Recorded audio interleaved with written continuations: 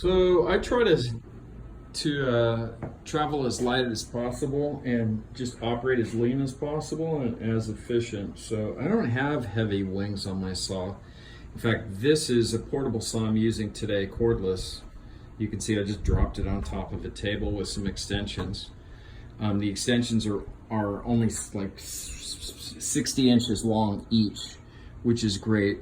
So I don't need to use a magnetic tape on mine. What I do is I have a stop, but my stop has a piece of all thread, and so I can adjust it to be able to read the tape accurately, whether it's a butt cut or, like in this case, if I'm doing picture frame rabbeted molding, which is tough to cut to accurate length without using a tape. I just butt it up against my stop and I make my cut. So the first piece that I make, I measure precisely from the inside edge right here to the inside edge right here. I make that cut without setting up a tape at all. And then what I do is I set up a stop block. I set it to read the way that I want, and then I loosen these knobs and I adjust it until it's just up against my material. And from then on, I'm able to duplicate parts.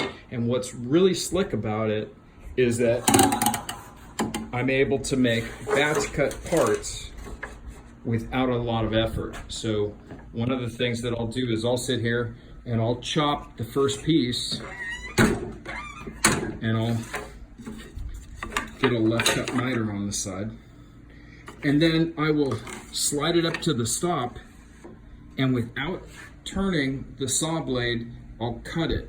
And that will be piece number one, and I'll make as many of those pieces that I need. So let's say I need 16 of those. And then I'll slide it to 45 and I'll make my second pass. So I don't have to set up my stop 2 times. I put it in position 1 time and I make my final cut and everything's correct to size. So that's my process.